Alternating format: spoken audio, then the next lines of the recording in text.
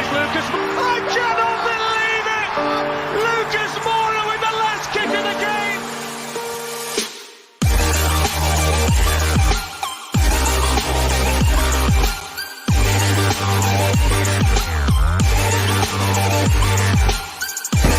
Oh my God! We are back! We are back in the Champions League!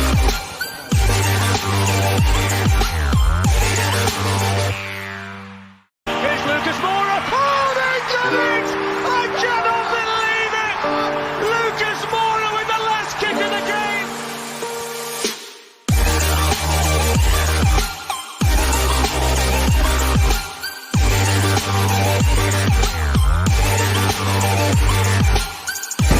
Oh my God! We are back! We are back in the Champions League!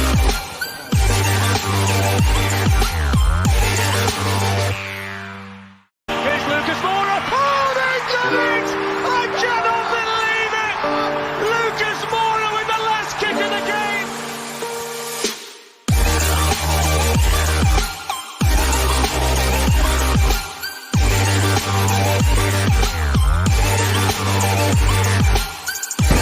Oh my God! We are back! We are back in the Champions League!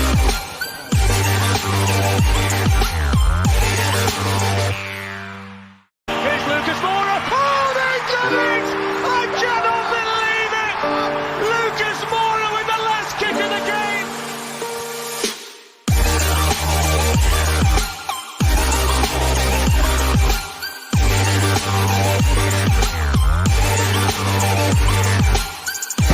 Oh my God! We are back! We are back in the Champions League!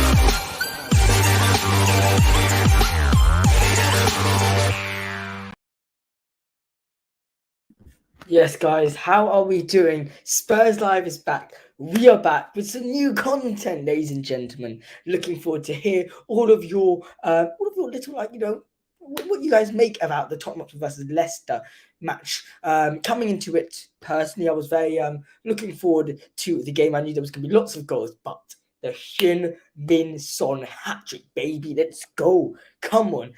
Sensational from the South Korean. I mean, look, he started off on the bench and now he's coming. Look, like we all should be very, very happy with his performance. A hat-trick coming on.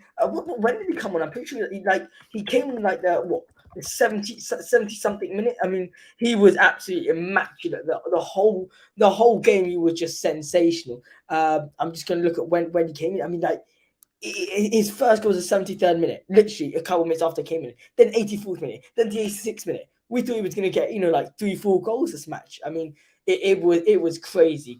But what do you guys think of the Tottenham Hotspur versus Leicester match? I want to touch on a few couple points that I saw. So first of all, I want to start with Sessegnon. Let's start first of all with the good stuff about the team. I think we found ourselves a new formation to play against teams that have very, very high defense, such as Leicester. They've got very, very high defense, and we were able to just attack them, which was fantastic. By the way, soon we'll be adding some people into the guest list, so don't you guys worry. And yeah, so Heung Min Son, Kulisveski, Richarliosn, and Kane, they all got so much touches going forward into Leicester City's defense, and I enjoyed the 5-3-2 formation just because it gave the wing backs the opportunity to get in crosses. I think I remember seeing in the 30th minute, I saw we had like 6 crosses and they had 1. Like, our crosses have been good, and also our set pieces have been absolutely immense today. I mean, like, every single one, it was dangerous, every single one. And especially also the free kick from even Perisic. I mean, that was absolutely insane. Like, straight to Davinson Sanchez's header. He just headed a bit too high, but the goalkeeper got a little fingertip to it. I want to invite some people to the show. So we're just gonna have to wait for the likes of Aviel, Ben Burnett, and Tottenham Voice to come. But let's start with some stuff we need to really improve on with the team. So number one, if you have not subscribed yet to the channel, make sure you do subscribe, please. I'd very much appreciate it. We're on 763 subscribers right now, so if we can hit that 770 mark by the end of today's live, it would be amazing. So And yeah, guys, if you guys do want to comment, then you guys need to be subscribed, obviously. And yeah, so Sesson had a average performance. Had an average performance. I really don't think he had a good performance. Just because of one factor, and the main factor is because he didn't win anything in the air. In the air, he won absolutely nothing. Whoever was on the right hand side, no matter who it was, he would always get the better of him constantly. Every single ball that came his way would always get the better of him. I think Sessegnon has a lot to improve on in terms of quality in the air. And right now he's doing well. He's doing very, very well for Tottenham, but in the air he's not good. In the air he's really not good. The Maddison shot when he came and Hugo Lloris just about got a fingertip. Oh no, when Maddison scored. Sorry, when Maddison scored, I think again it was a mixture of the defense just not being strong enough. And sometimes you can blame the midfield for these kind of stuff, but at that situation, it was mainly all the threat coming from the left-hand side. Yes, from the right-hand side, from Emerson's point, you could see how lots of the crosses would be coming from the right-hand side. But the main bits of the game, all of it came from the left-hand side. The main bits. I'm saying, yeah, there was lots of crosses, dangerous crosses, or lots of crosses coming from the right-hand side. But from the left-hand side, there were also quite a fair amount coming in. So let's welcome our first guest of the show. We've got Tottenham Voice here making his debut. No, not making his debut. Actually, no, he's not. He's a second feature on the game on the live stream, and we are looking forward to hear all of his inputs to the game. So yeah, up the boys. How are you, mate? How are you? Frickin' buzzing, lad. Frickin' buzzing. Okay, I just wanted this. Today was personal for me because the last couple of weeks with Son. Okay, class. I don't want to ever hear someone say we should sell Son again. I don't want to hear it. Shut the fuck up. Sorry for language. Shut the fuck up. I don't care. Yeah. I do not care. The man has done everything for this club, and you have the audacity after 6 games to call him finished, to call him washed up, sell him, get rid of. No, to the fans that say those fans now are calling him world class on fan pages. Shut up. You know what fan you are. You know who I'm talking to. I'm talking to the toxic fan base that we have here at the club. No, this was personal for me because Son for me has been one of our best players for years on end. And for me, this is an ultimate disrespect to those who freaking got what they deserve today. Son proved it to everyone. Do not bench him again. Do not bench him again. Yeah, I agree with you. I think the performance we got to see from Son today was just insane. The main factor for me was, did you see the way when we counterattacked? And I very much tried to explain this to a friend actually on Friday night. I was explaining how Son last season we would see him, and whenever he got the ball, we would see his pace. We would see his dribbling. Lots of his dribbling last season. This season, we're seeing his pace coming into every game. He will use his pace. It wouldn't necessarily work. In today's game, he used his dribbling. He used a lot of his dribbling and his pace today, which really makes him a superb player. The second goal of his, where he curled it top right-hand corner, that was, what do you make of that goal? I mean, you must have been absolutely buzzing after that. I mean, personally, I think the first goal was a little bit better, but both were world freaking class goals. I mean, but to score a hat trick in how long was it? 13 minutes? About 13 minutes. Jesus Christ. Just the fact that you go 6 games without having a shot on target or just not seeing a score, and then coming off not even 15 minutes left in the game and you score a hat trick. I mean, to score 2 goals like that, it's a different type of player. And Son, time and time again, has proven it. So, I mean, I was jumping up and down. I think I broke something in my wall because I threw something, but I'm not too sure. But, I mean, I absolutely pissed myself on that one. So, yeah. No, look, Son is different gravy. Now, I want to react to a question my mate sent. What's his name? His name is Savvy with a capital Y. Let's react to Savvy's comment. Now, for next match, who do you think he will replace in the front three? So the way I look about it, I'll let you answer in a second. The way I look about it like this is that Heung Min Son, after scoring a hat trick, you cannot bench him. We cannot do the same mistake we did for Lucas Moura. Absolutely not. I will put my hand down and say absolutely we are not benching Son. The one position we have to look at, okay, Harry Kane, you're not benching Harry Kane. He was insane today. He went under the radar, but he was amazing today. The right wing spot. I think do you agree with me that Harry Kane and Son are undroppable for Arsenal? Yes, absolutely. Right. So this leads us to the right wing spot. So I just want to put out here a couple of names, and you tell me who you put. So we got Richarlison, who's been amazing since joining. We have Richarlison. We have Richarlison. We got Kulisevski, who's been amazing as well. We've got Lucas Moura, who hopefully will be back from his injury. And that is it. So who out of those three do you start versus Arsenal? Because I think we do agree that the right wing spot is the problem here. It's a tough question. Go guys, go comment it down below. Oh man, tough one. Okay, I would have to go with Kulu. I would have to go with Kulu. Yeah.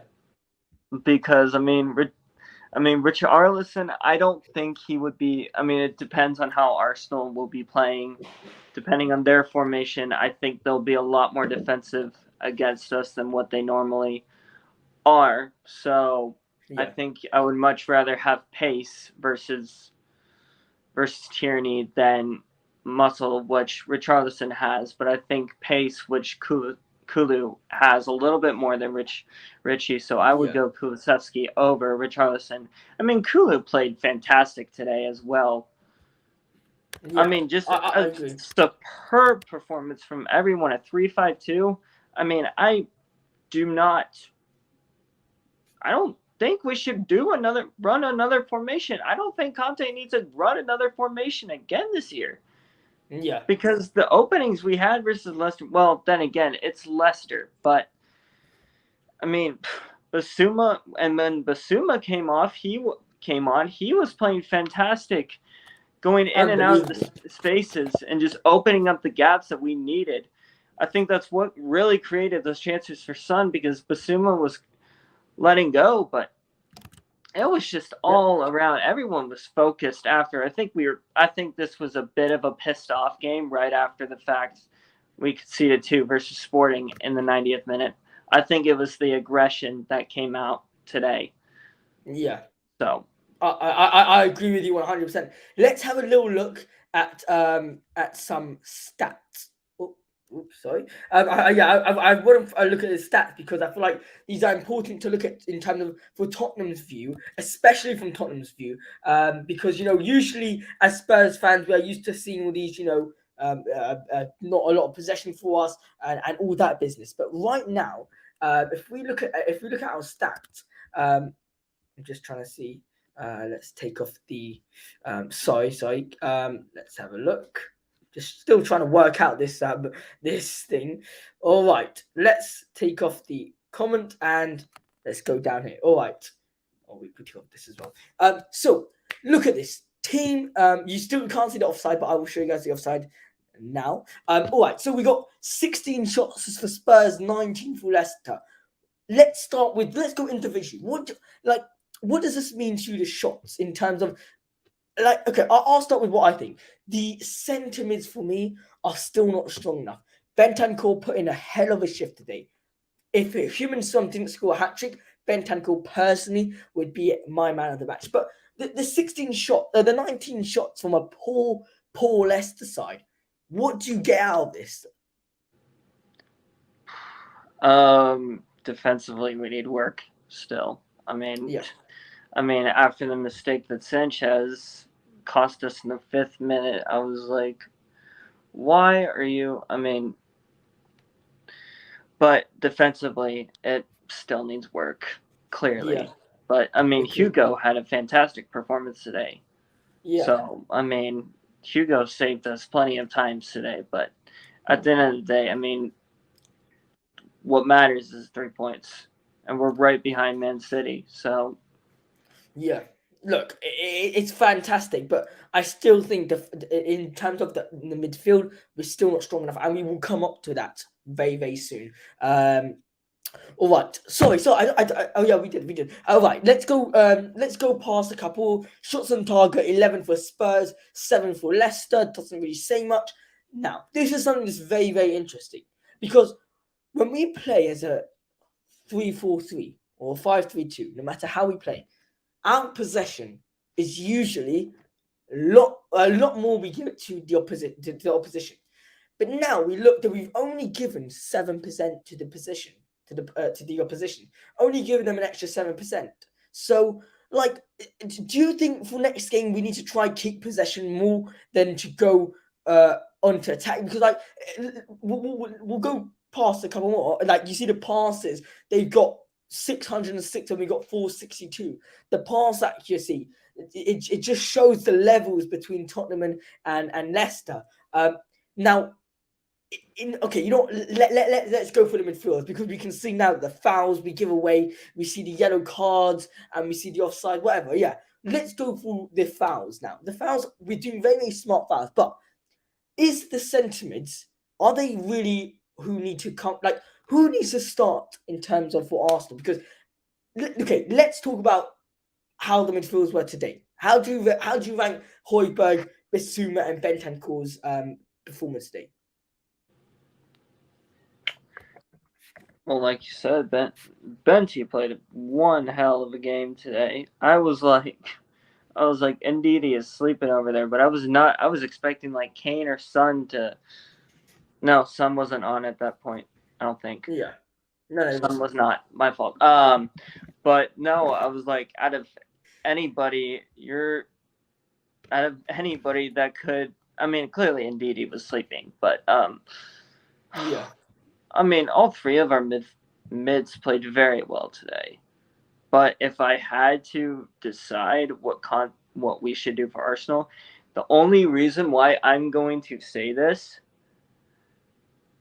it's because I think we need more space out in the wings, and I think Basuma creates more space through gaps than Højbjerg does.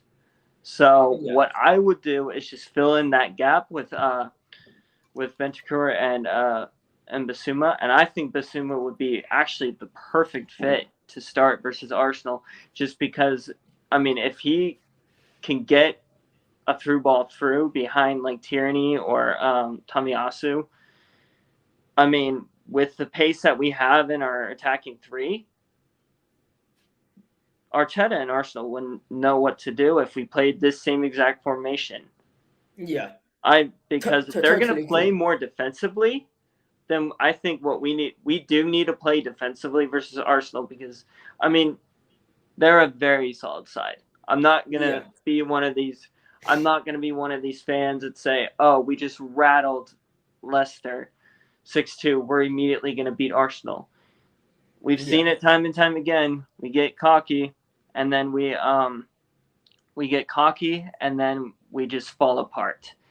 We see a world-class game, and then we just fall apart. We've seen it time and time again.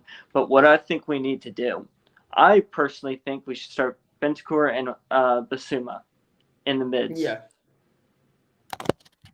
Look, you think Bentancar, Basuma?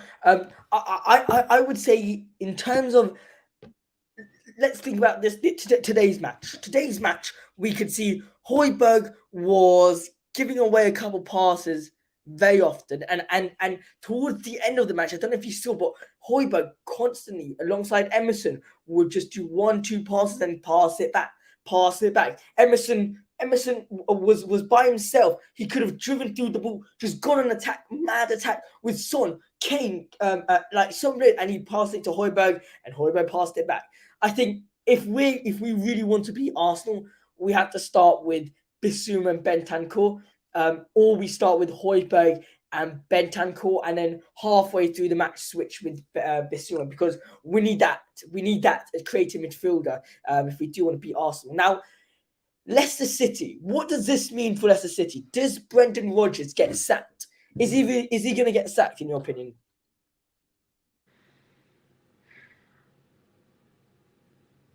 That's a really tough question, actually. For Leicester, I mean, I think this is the problem with a lot of clubs these days. They don't give time, but if Brendan Rodgers is not going to do well, I mean, this is the worst start we've ever seen from Leicester in the last 4 years. Yeah. So, I mean, if you get 3 or 4 years of consistency, and then all of a sudden you're almost, what are they, like 18th? Mm-hmm. Okay. The 18th, I'm pretty sure. Okay. Then I can see Brendan Rodgers getting sacked. I definitely see him getting sacked. Not after this game. I think Leicester would wait a couple more weeks just to see if it improves. But no, let's start 20th. After today's match, let's start 20th now.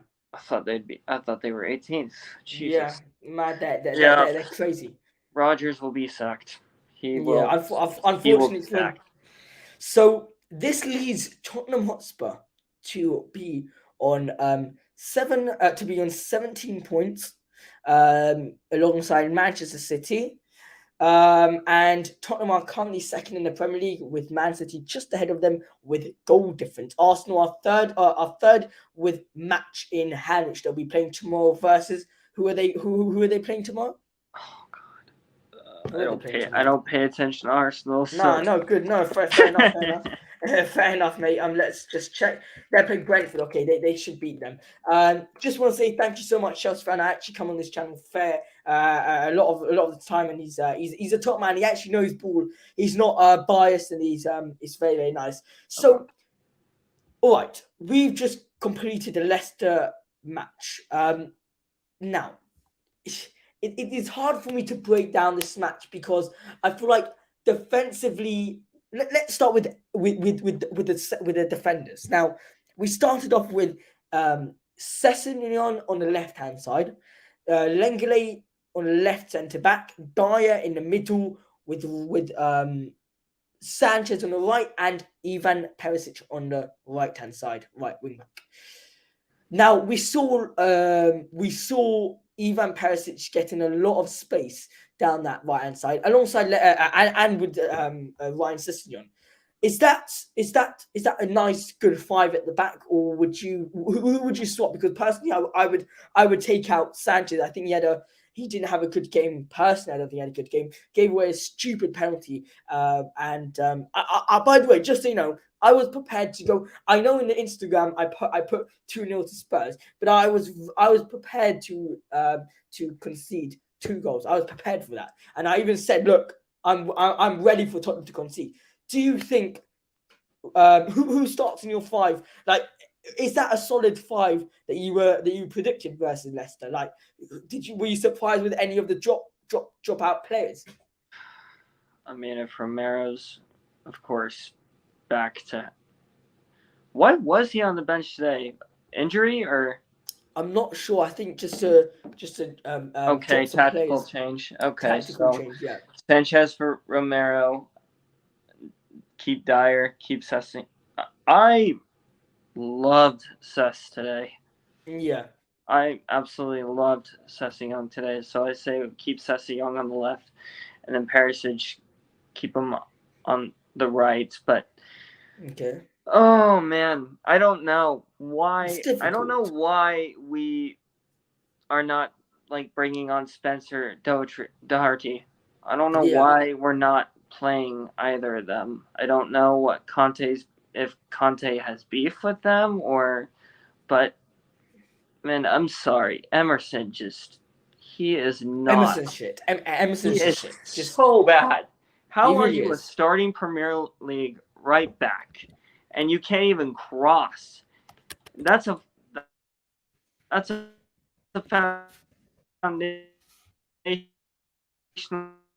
format that Conte asks is for his wingbacks to cross the ball week in and week out. I mean, today was the first day he didn't. Thank God. I was happy to see that. I was like, oh my God, thank God. But why are you surprised why to is see Emerson playing in the Perisic? Premier League?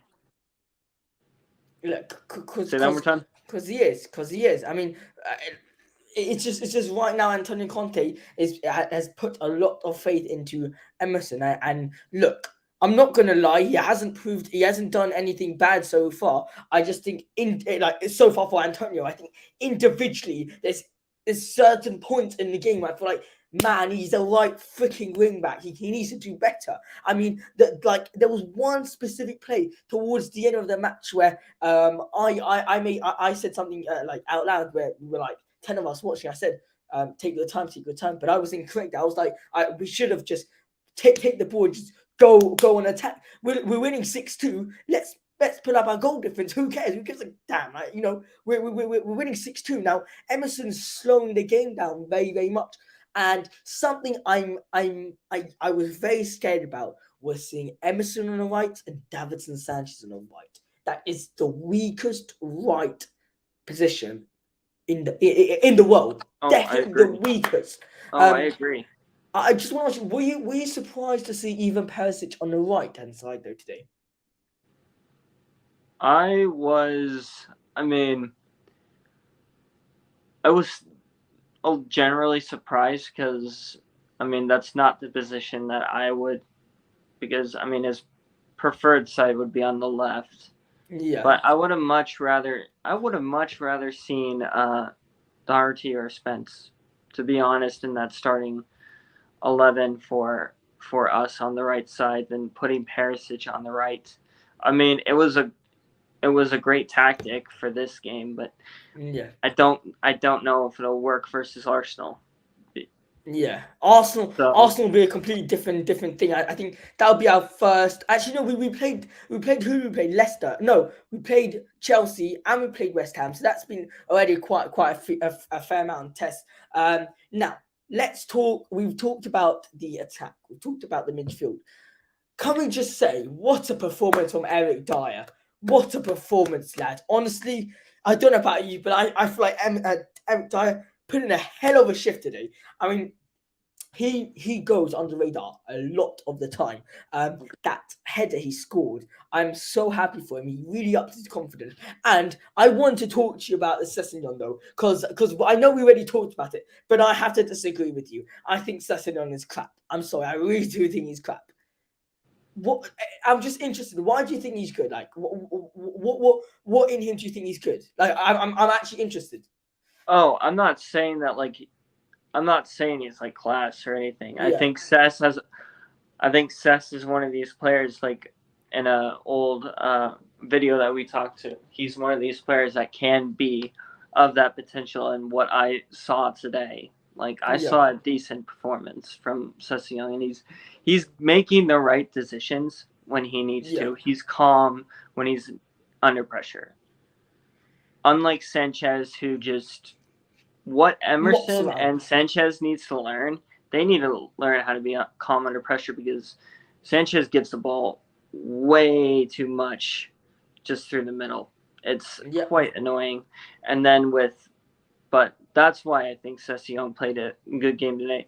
Now, I might be biased because Sessegnon's one of my favorite players on this team, but I'm not going to say he needs to start every game. I'm not going to be like, oh, he's better than Perisic. No, absolutely no way am I saying.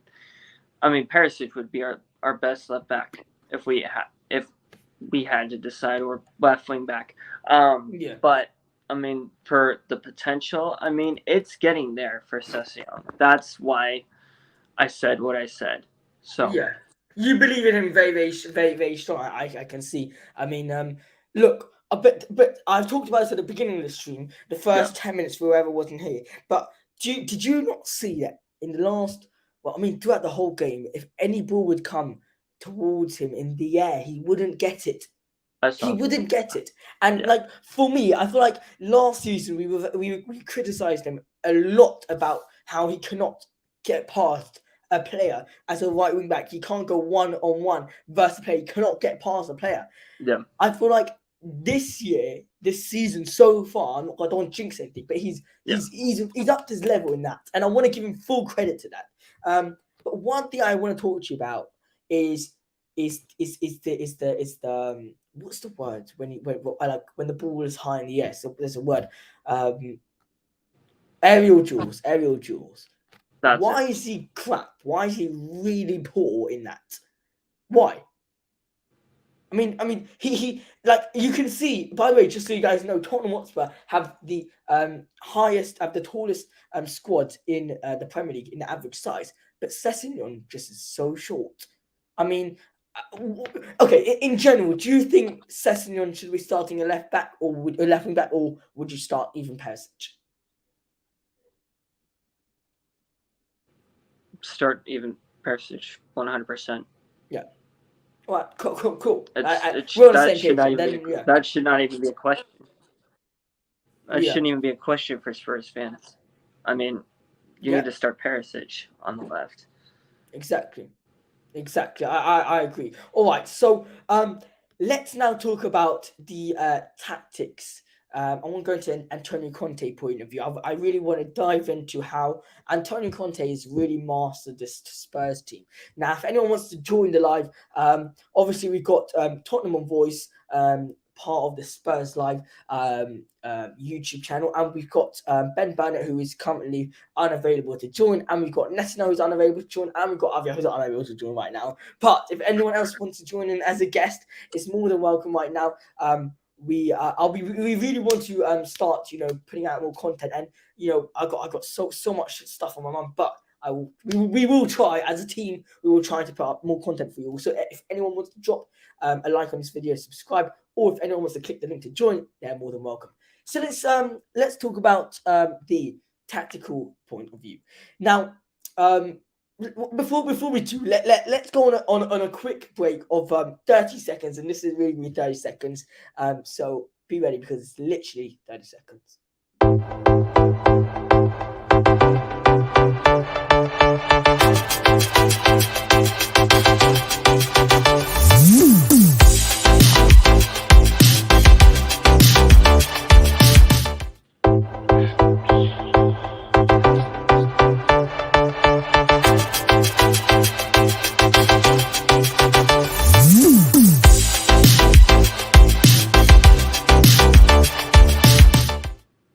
We did tell you it's 30 seconds. We did tell you it's 30 seconds. And yes, it is 30 seconds. We are back with Tottenham Hotspur analysis, Spurs Live tactics. We're going to dive in to see how Antonio Conte has really improved their squad in terms of the tactics. So we are joined with Tottenham Voice for today's Tottenham Hotspur versus Leicester tactic analysis.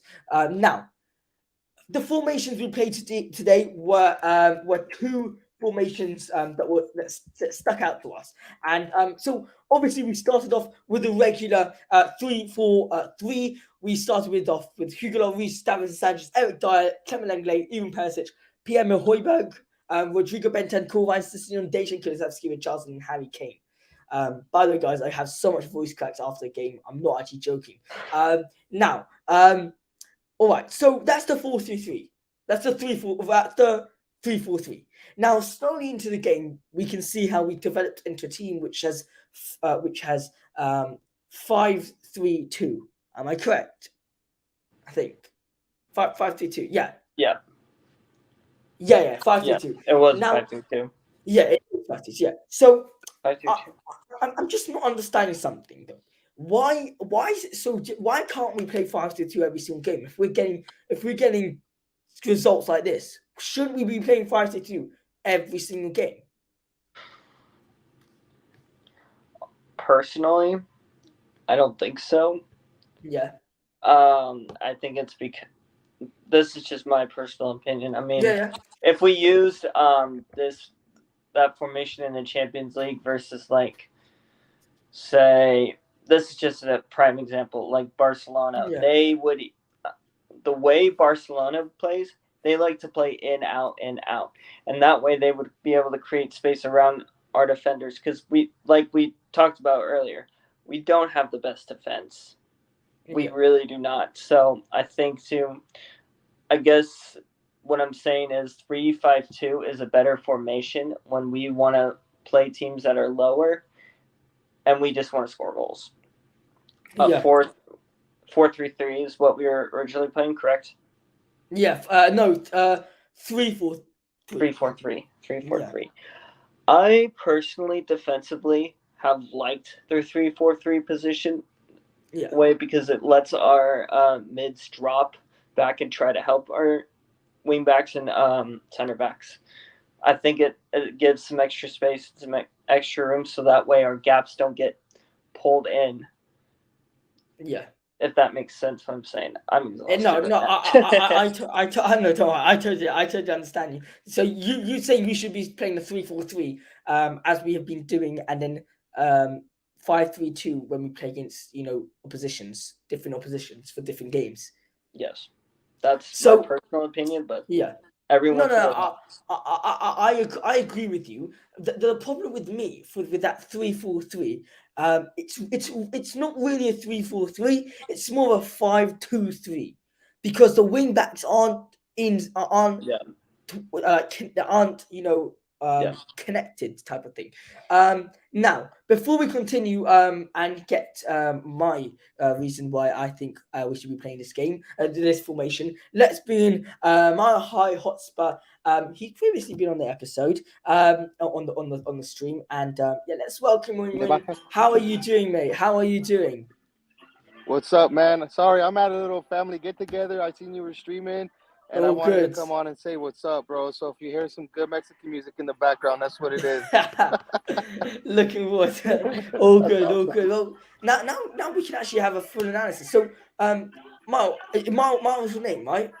Leo, but you could go ahead and call me Leo. Mal. Whatever you want, brother. It's your All stream. right, Leo. So, so I just asked Tottenham Voice. He's a big YouTuber. But I asked Tottenham Voice what his opinion is regarding the formation change, because you see we play with a 3-4-3. Then in game we change it to a 5-3-2. But then sometimes we play a 3-4-3, but the wing backs are so wide that it's not really a four in the middle.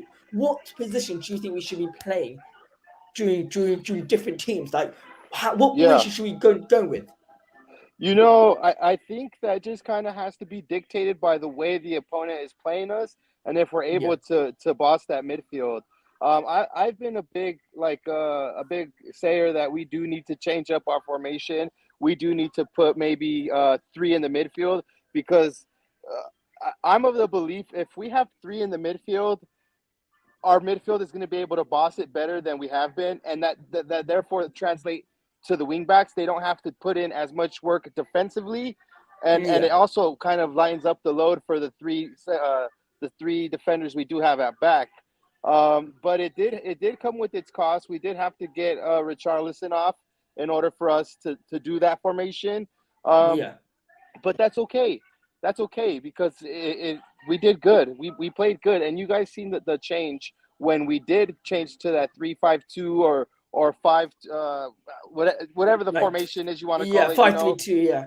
Yeah. However it is, it works, dude. It works. It works. True. But I don't know how much you've talked about. Yeah, dude. I just want to say Bentancar, what a stud, right? What a stud to take that ball the way he did and pound that ball in. Man, that was just lovely. I love to see goals like that. I know Basuma used to do that a lot last year, win the ball and then try and score with the long range shot.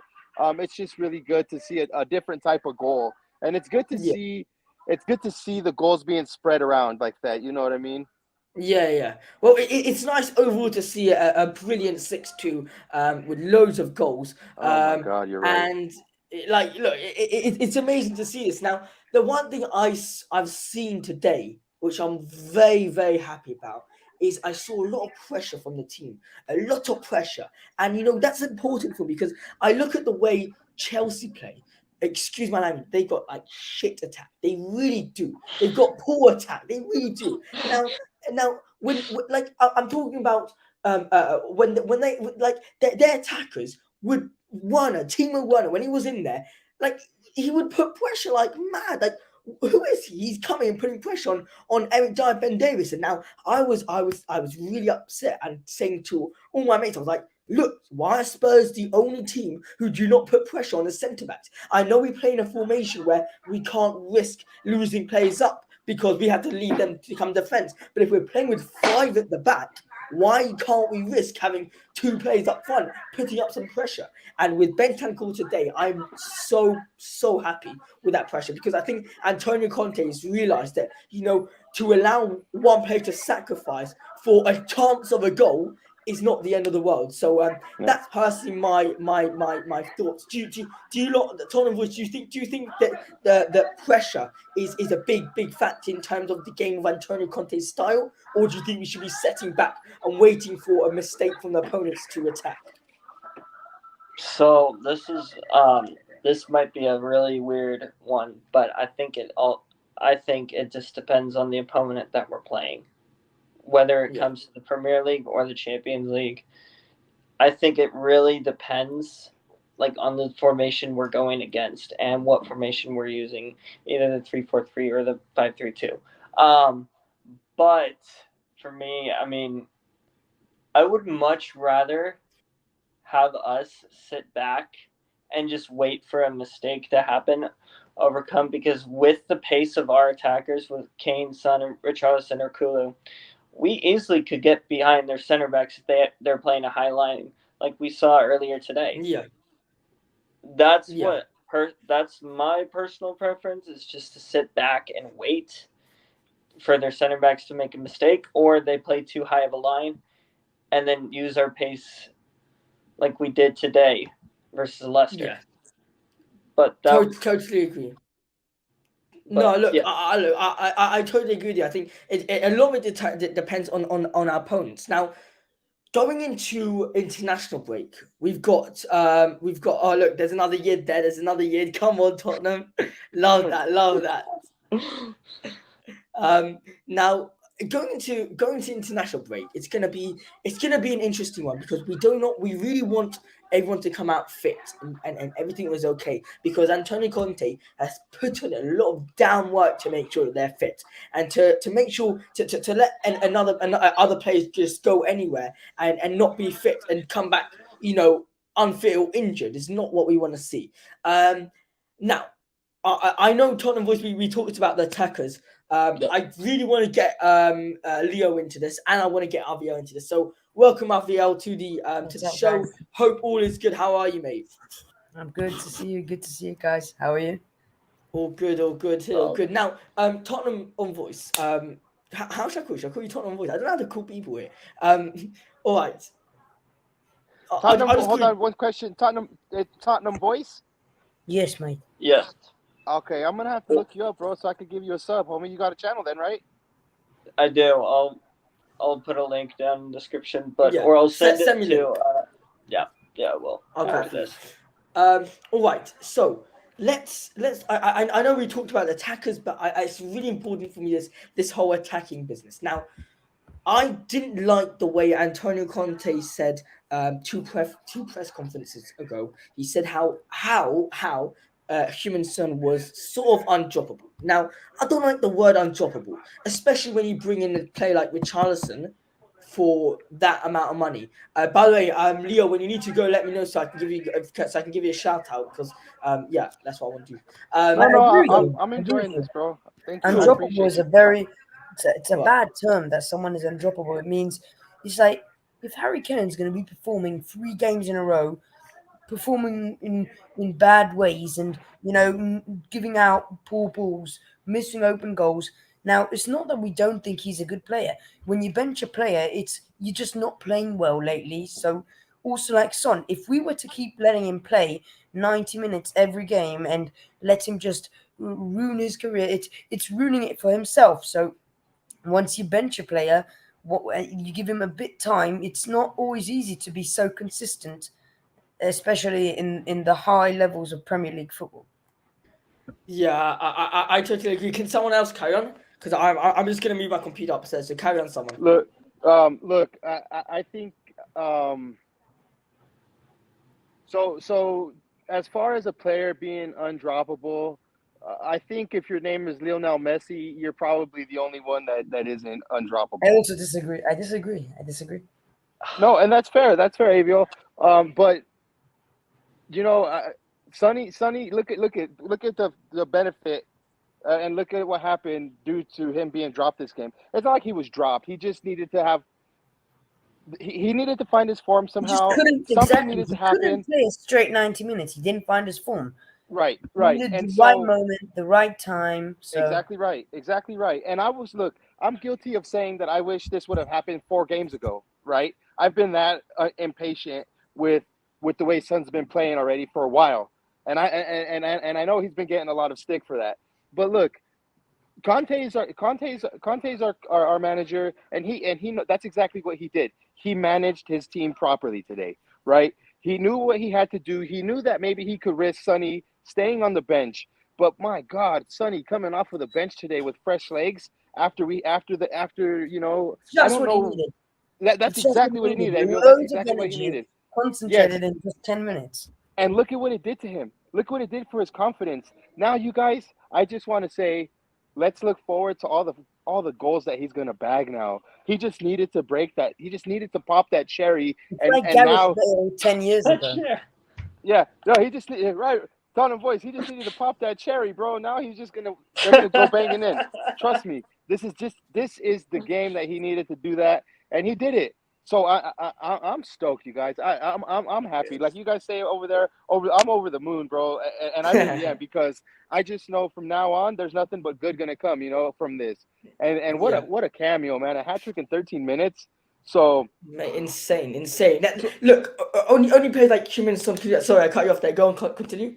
no, I was just gonna say, but to finish off with what you said about, you know, a player being droppable or undroppable, I don't want to look at it as he was dropped. I want to look at it as though Conte, like I said, managed his football team the way it needed to be managed for Yeah, this game.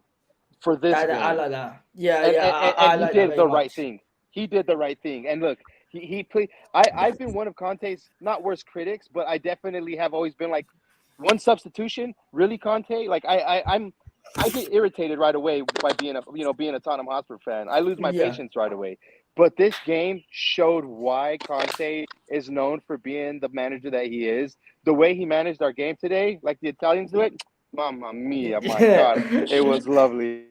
Look, you got to think about it in a positive way and not in a negative way, and think, okay, someone's dropped for a reason, and you got to be a complete idiot to drop Son, but Son was not dropped today, and I agree with you, Leo. Son was not dropped. I think Son, it was a change, and change is not the same word as drop, because drop means you are out of the squad completely. Drop for me is equivalent to how Danny Rose was treated towards the end of his career. That's dropped for me. Dropped for Son was not dropped. It was a tactical change, and I think And he needed sometimes, it. He really yeah, needed but it. sometimes a tactical change works, but a lot of the time, it does not work. Today, it showed out how genius Antonio Conte is, and we all, us as fans, all knew Son had to be dropped. Son had to be changed up for today's game, because especially the way, I told Tottenham Voice on this. I came into the game knowing there's going to be lots of goals. And Every game yeah. against Leicester in our past 10 years, each game, a lot of those games have been 3-2, 4-2, loads of big score games. Games against Leicester are always packed with goals. Always. Yeah, I agree. Now, Tottenham Voice, why don't you explain how our discussion regarding that right wing spot? So I just want to, just a personal question for you guys. Who would you guys start in that right wing position versus Arsenal? I have an easy answer. Kulu or Richarlison? Richarlison. What? Now, I'll tell you why. I'm okay. Why? There's certain games I'm where it's not only interested. about Why? Well, there is certain games where it's not only about experience, it's all about the passion you have for the club. Now, Kulu, he likes our club, but I'm sure if he moves on to another club, he'll love them the same like he loves Spurs. He doesn't have the passion like you can see with Richarlison. When he plays on and off the ball, he's got the passion for the club. Now, Richarlison is the game when you have finals, or when you play games like against Arsenal, you want a player like Richarlison. Yes, he's not very old and he's not super young, but he's got more experience than Kulisevski right now, because Kulisevski is still pretty young. He's 21, 22, and he's got more experience, 21. more passion. He's He's 21. got loads of hunger for the ball. So each game has its player.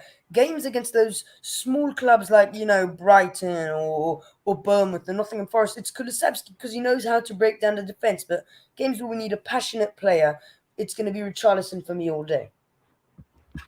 Fair enough. Yeah. Fair enough. Leo, what are your thoughts? Yeah, Avio, my friend, bro. I was going for Kulu, but you just convinced me, bro, to switch and go with Richarlison. You brought up some good points. I think that look, Kulu on his day is by far he's a savage. Superior. He's a player we are lucky to have on our squad. We should be thankful he's on our squad, and we should take advantage of him being on our squad. But like this young man next to me said, Richarlison adds something. And it's not to knock Kulu, because Kulu's a passionate guy as well. But Richarlison holds it. He wears his club on his sleeve, I think, a lot more than what Kulu does. And Kulu and Richarlison, I mean, adds that shithousery that you need for a North London derby. You need a player like Richarlison, because let's just be real. We could probably win a couple of free kicks there outside the box. We could possibly win a couple of penalties. We could possibly have somebody get red carded off just by Richarlison himself, man. He adds a different dimension to our squad, especially when we're playing those games. And that was a very good opinion, Aviol, about the way we play with Kulusevski against these lower teams, these teams that need to be physically broken down. But the team, if you want to win mentally and you really want to get underneath of their skin, then Richarlison will definitely do that. He will definitely do keepy uppies and get and draw a foul. You know what I mean? So, yeah, good shout. Has anyone else seen this new trick that all the Spurs players have been doing? Like, they would get the ball and they'll just do like the thing with the leg where they just go like that. Like, it's a bit cooler now. Richarlison is inserting this into the Tottenham Hotspur team. I very much like it. Have you noticed how Kane's been doing that a lot too? When he gets the ball out towards the wing, you guys, not to change subjects, but I just want to bring something up. How lucky are we to be able to watch Harry Kane play? How blessed are we to watch the way that he... Thinking about it, when I'm going to tell my kids, like, my dad's telling me Maradona, Pele, and all of that, and then, like, that's what I'm going to tell my kids, Harry Kane, Messi, Ronaldo, and it's like a whole, like whatever they're going to have in the future is going to be Haaland, Mbappe. It's good players. It's finishers. Yes. It's not the type of players we see today, like Messi or Ronaldo, and I've only seen the end of their career, but what I know is that whatever they're going to see in the future, the people of the future for football, it's just not the same like Ronaldo, Kane. It doesn't have that class and old school shithousery. Yeah, look. The thing with Harry Kane about me, which I'm loving, is that how, for me personally, I think it's Harry Kane. Harry Kane's the one who's developed this new side of an attacker.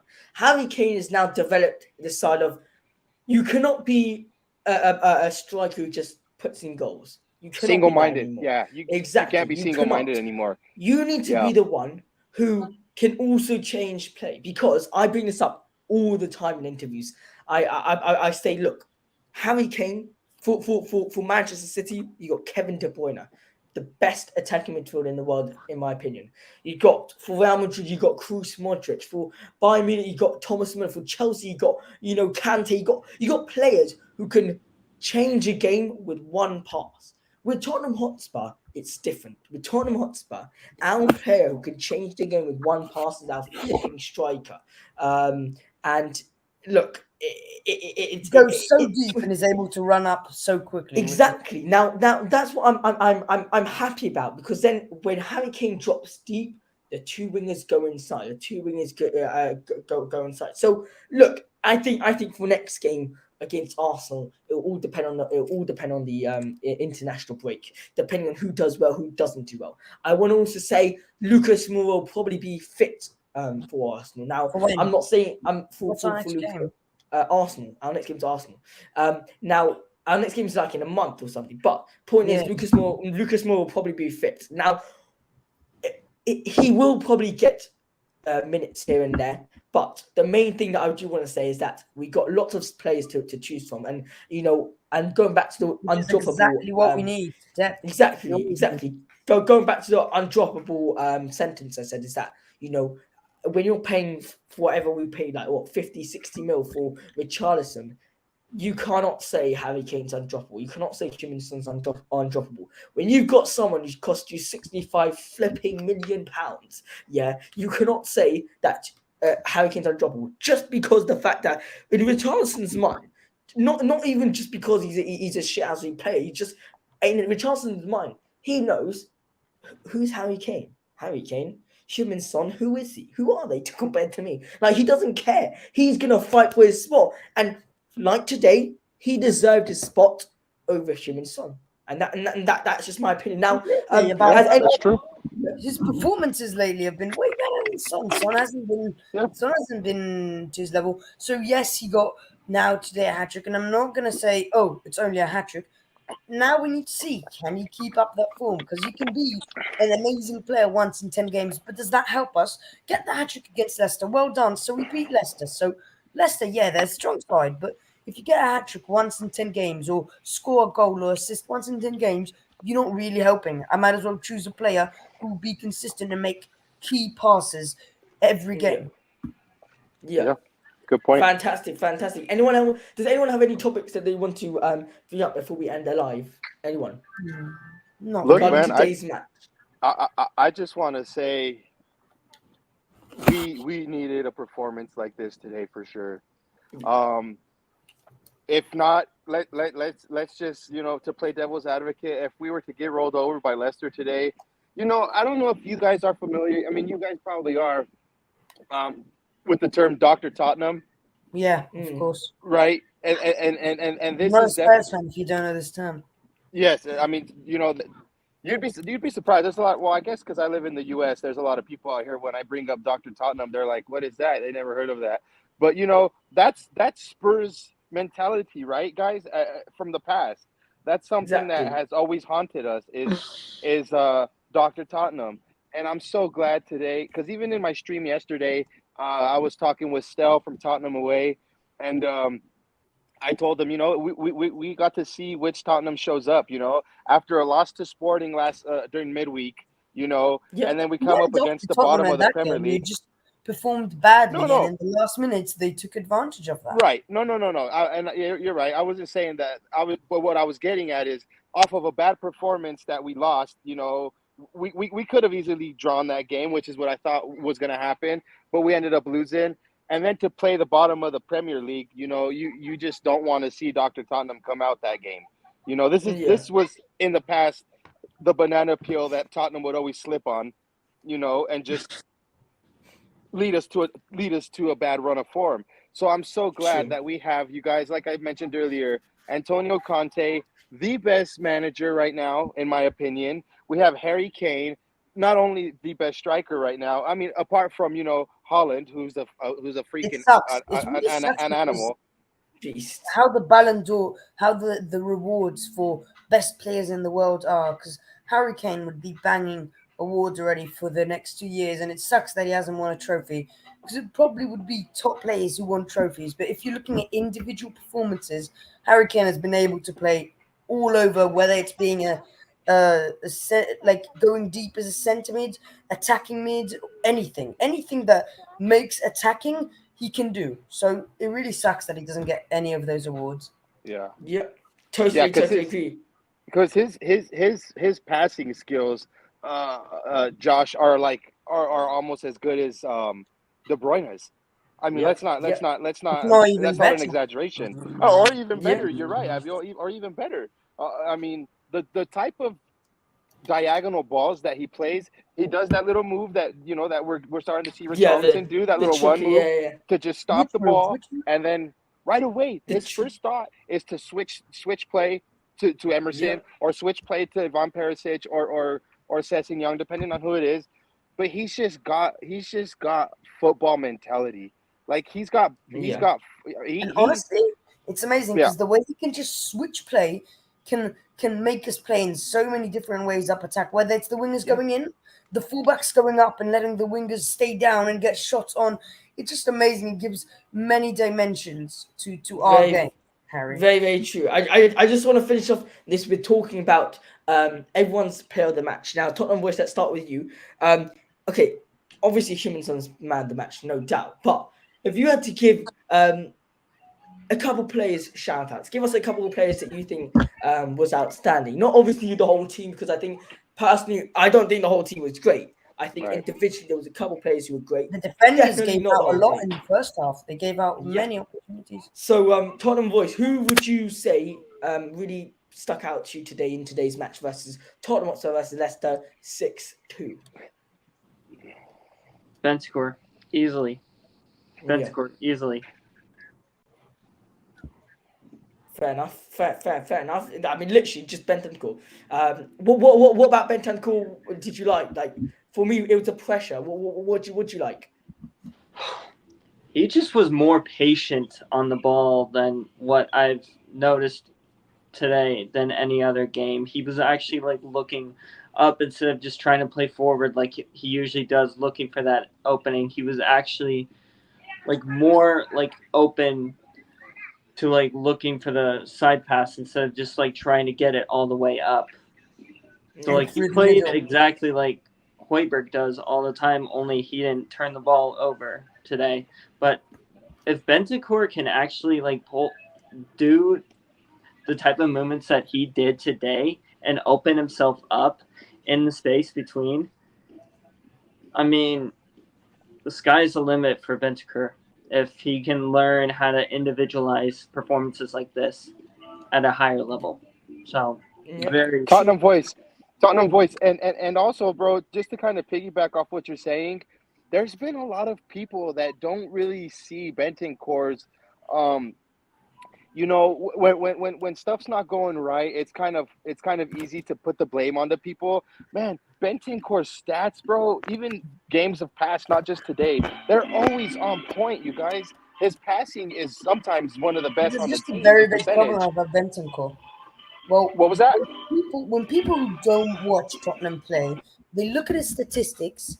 They look at the statistics like whatever you see immediately in the eye. Goals, assists, all of that. He's not got most goals, most assists. But if you look at key passes and the really important stuff apart from goals and assists, like key passes and like balls into the box, you'd understand that Bentancourt is one of the best players in the Premier League for that as a midfielder. Yeah. I agree. I think I wouldn't say one of the best. I would just say he's up there with the great Premier League players, because there's so many. I mean, especially nowadays. When the Premier League massive. Yeah, the Premier League is huge, and for Bentancourt especially, I don't know if you guys realize, but he scored his first goal for Tottenham Hotspur. Now it's like that was a bit bizarre. I don't know why. I feel like he's already scored like 3 goals, but he scored his first goal. Now let's go over to Leo. Who was your man of the match? Obviously, Heung Min Son is there, but which players stuck out to you? Look, Josh, I'm going to do you one different, bro. I'm going to go with the manager of the match, right? And I'm going to go with Conte. Conte planned this game perfectly, man. Come on, you guys. Sessing Young on one side, and then inverted winger with Perisic on the right side. And look, when he seen that it was not going the way it needed to go, he switched them, right? And then his man management of telling Son, hey, you're going to come off on the bench, and then putting 3 in the midfield. The guy had a freaking game today as a coach. He for me is the man of the match, honestly. He did what he needed to do. I don't know why I'm surprised, but our manager today, you guys, won us that game. I know Sonny bagged 3 goals, but he bagged those goals because the management was good. You know what I mean? Yeah. It was timed perfectly. So I'm gonna go with definitely Antonio Conte standing out for me. And I know it's a little different, but Tottenham voice took my Bentancar shout, so I had to switch it up last minute, and so I went with him. So yeah. Fair enough. Avio, who is your man of the match? Manager of the match, maybe, but who would you give it to? Well, I would even disagree a little bit that it's Son, because yes, Son was very good. He got his hat trick. Now Mate, he got a hat trick. it's a hat trick. Now I'm not saying he wasn't man of the match, but I would say a lot of the balls there were the goalkeeper Danny Ward for Leicester wasn't he had many opportunities to save them, and in my opinion, he was good, but the man of the match for me is Lloris, because you think about it, Leicester very very strong team, and they've been able in the first half push us on. They got loads of attacks. And if it weren't for Lloris, the game could have ended completely different. Because 6-2, yes, it happened. But if not for Lloris's saves of denying a goal, the Tottenham team's confidence would just go down. It would have been plummeting down, and it could have even ended for a win for Leicester if not for Lloris. Yep. So, and he captained our team very well. It's very, not very, very true. Yeah. Such a good call. No, look, I agree with you. I think Lloris was actually on my shout as well. But in terms of man of the match for me, I would have to agree with Tottenham on voice. It's Bentancar for me. If I'm gonna go with someone different, I would probably go with. I really liked Eric Dyer today. I really liked Eric Dyer today. I think he did a phenomenal job at the back. Eric Dyer. I mean, look, the weak points was Lenglet and Davinson Sanchez throughout the whole match. In my opinion, there was a weak spot, and Eric Dyer kept on helping out in the left hand side and right hand side. He kept on had to help out, and there was a couple of times where he just literally threw his body onto the ball because that's what he did, and him getting a goal today, I'm very very happy. But I think it's Bentancar man of the match. Now, to finalize this whole live, did you think it was gonna be 6-2? And what was your score prediction before the game versus how it actually ended? So, Avia, let's start with you. What was your score prediction before the game? Well, I did think the game would be packed with goals. Games against Leicester always packed with goals. It's against Tottenham always. Didn't expect a 6-2. Expected something a bit more like a 3-2, 4-2, even maybe a win for Leicester. Although that's not what I wanted to happen, but I did expect a game with more than 3-4 goals. So I didn't even remember what my prediction is, but I think it was something like 3-2, 4-2. So well, it's definitely not 6-2, was it? No. Leo, any game like that, you don't expect a game like Barcelona beating Paris 6-1 a couple of years ago, or any big score game. You don't expect it to come. You don't expect it comes. Leo, did you expect this amount of goals, or did you expect Eric Dyer to get a goal, Bentancar to get a goal? Oh my God, dude! I wish I would expect that. No, I went for 4-1. I did 4-1 on a couple of streams, even my own. I went for 4-1. I knew that for sure we were gonna concede against Leicester. I think out of the 15, 16 matches that Lloris has against Leicester in the Premier League, he's only kept 2 clean sheets. And so this fixture always draws goals. One little quick tidbit: Harry Kane matched Alan Shearer's record for the most goals against a single Premier League club. So he needs to score one more goal against Leicester, and he'll then have that record. Just wait till January. Yeah. So, and I mean, he loves a goal against Leicester.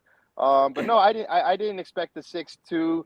I did go for a 4-1.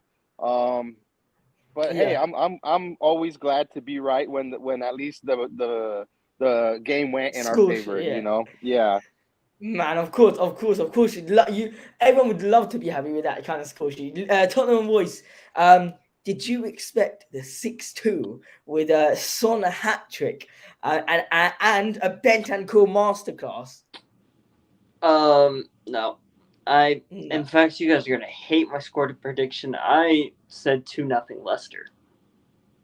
Okay. I said Fair enough. 2-0 Leicester because knowing a history of Spurs, like we were talking about with the banana peel, Dr. Tottenham, I thought we were gonna screw ourselves over today, just after the Sporting. I thought our confidence was just gonna be shot to the ground. Yeah. So Fair enough. that's why I said 2-0 Leicester. But glad I ate my words. So how do you feel? How do you feel, mate, knowing that you thought the opposite was going to happen, and you just completely got 180, and we have a 6-2 thumping, bro? I mean, 3 points is 3 points. You can't really complain about it. But I'm saying you must feel like really good, right? I mean, you must feel better than all of us because we thought we were going to win and we won. You thought we were probably going to lose and we ended up winning. So you got to definitely be more excited. I'm glad I ate my words. But I mean, at the same time, I find myself, I'm a realist when it comes to stuff like this, because, and it's just the history of Spurs. I mean, we've shot ourselves in the foot before, and I thought today was going to be one of those days. So I'm glad I ate my words. But look, I love that. I love that. 3 points is exactly what you said, and that's what I said. Avia, did you want to say something? To be honest, like, I completely get you.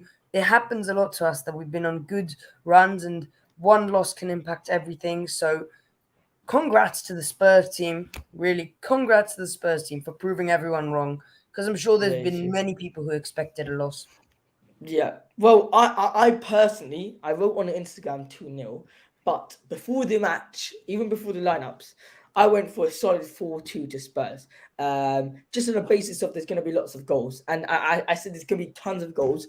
But a 6-2, absolutely insane. This whole BS about Hugo Lloris coming off his line before the penalty, don't get that. That's nonsense. I think everyone knew Maddison was going to score a goal. Everyone knew that. He's so good, Maddison. So I have a funny thing about the Hugo Lloris. They actually got that call correct.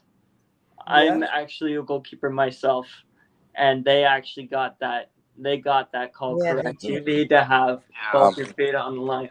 It sucks, because it was a fantastic save.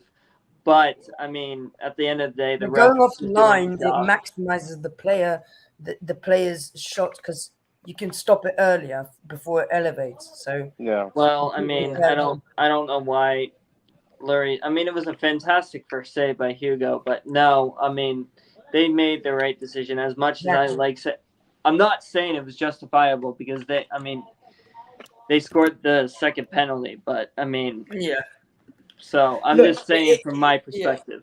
From a goalkeeper perspective, it was a good call. So fair play to the ref. But let's give everyone their shout outs. But I just want to say we will be back for the Arsenal game. A little match preview. This is a match review. This will be a match preview versus Arsenal. And I hope to see you all there. Let's start off with Aviel. You are part of Spurs Live. Do you want to give a shout out to anyone? Go for it. Well, I'll have my last word about the Arsenal game, because I have to go. But to say something about the Arsenal game? Go for it. I think it will be quite a dry derby. I think we're looking at a solid 2-0 or 2-1 with loads of disallowed goals and yellow cards. Okay. Doesn't sound dry to me. Okay. A dry score. All right, Abiel, thanks for joining. Appreciate it, mate. Thanks for joining, mate. All right, so a dry derby. I'm not too sure about that if there's so many yellow cards in the game, but I am looking forward to that. Tottenham, yeah. I might actually agree with him on that. Really? I might actually agree with him on that, because when you look at the rivalry this year, both teams have something to fight for this year, actually. Instead of just sitting in 5th and 6th, we're sitting in 2nd and 3rd in the Prem. Yeah. So this one, I mean, it's going to be a bloodbath. I think there will be more than one fight when it comes to, and I can see this game being 2-1 to whoever. Yeah.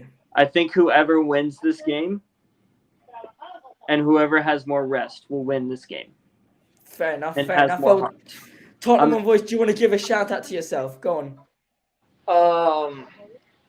Yeah. So guys, Where can people find you? Let me get your stream up right now. Where can people find you? I do not have my stream up right now, but people can just look up Tottenham Voice on Instagram, and my YouTube channel will be in the top of the description on my page. There, I recently have been taking a break from posting, but now I'm going to be starting up here again. So fair enough. Well, the link is in the bio right now. Tottenham Voice. So if anyone wants to go and drop him and subscribe, he'll very much appreciate it. And he has a fantastic channel, and I can't wait to see more of his content. Tottenham Voice, thank you so much for joining. Appreciate it, mate. of course, Come mate, on, Spurs. anytime.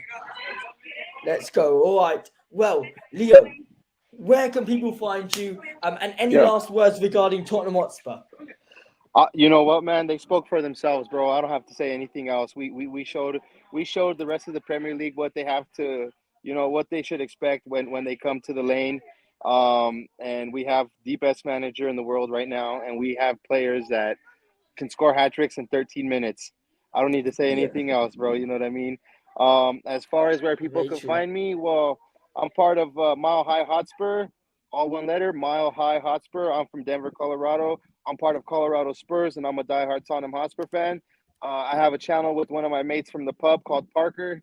And again, if you guys are interested, I highly encourage you guys to check out Mile High Hotspur. And that's across all platforms, on Twitter, on Instagram, on all of them. So right in the bio. It's in the bio for anyone who wants to go join. Fantastic YouTube channel. I by the way, I am subscribed to it, but subscribe for my personal account. And it's fantastic. I very much enjoy the content he puts out there. And it's quite funny, I must say. I really actually do enjoy it. And just so you know, there's very limited Spurs YouTube channels which I do watch, and you are actually one of them. So big up to you for joining the live stream. And so yeah, I'd love to have you more on the live stream. You've got great input for the Tottenham Hotspur news. Appreciate it, mate. Come on, you Spurs. Come on, you Spurs. Sub to this young man's channel for sure. Let's get him to 1,000. You're close, bro. You're close. Very, very, very close. Appreciate it. You're gonna get there, Josh. Later, my man. Thank you, mate. Bye-bye. Well, we've ended this live with it's been a fantastic live, amazing guest. I think probably one of my favorite lives today. We got Mile High Hotspur, which is absolutely fantastic. He's got some Spurs knowledge, and big up to him. We got Aviel, our youngest member of the Spurs Live, on today's live stream. Also knows so much ball knowledge, and the Tottenham voice, the American guy. He knows probably the most about Tottenham Hotspur than any other American. Well, big up to all the guests who came on the live stream. And we are on the road to 1,000 subscribers. We are so close to it. If anyone wants to subscribe to us, they're more than welcome. We are about to hit 12,000 followers on Instagram, and we update all the news there. And I can't wait to see you all for the Spurs versus Arsenal little match review. Now, if any of you guys have not seen the fight regarding Heung Min Son and Hugo Lloris, make sure you go watch it. It's our latest video, and it's just it was an understanding about what exactly happened between Hugo Lloris and Heung Min Son when we played Everton last game. So here is a Tottenham voice. That's where you subscribe to Tottenham voice. That's where you subscribe to Mile High. And come on, Spurs. Hope you'll enjoy this live. And just get us to 1,000 subscribers, lads. Come on, you Spurs. Tottenham Hotspur are going to win a trophy this season. Please, God. Spurs are building an army, not a team. I'm joking. Antonio Conte is building an army, not a team.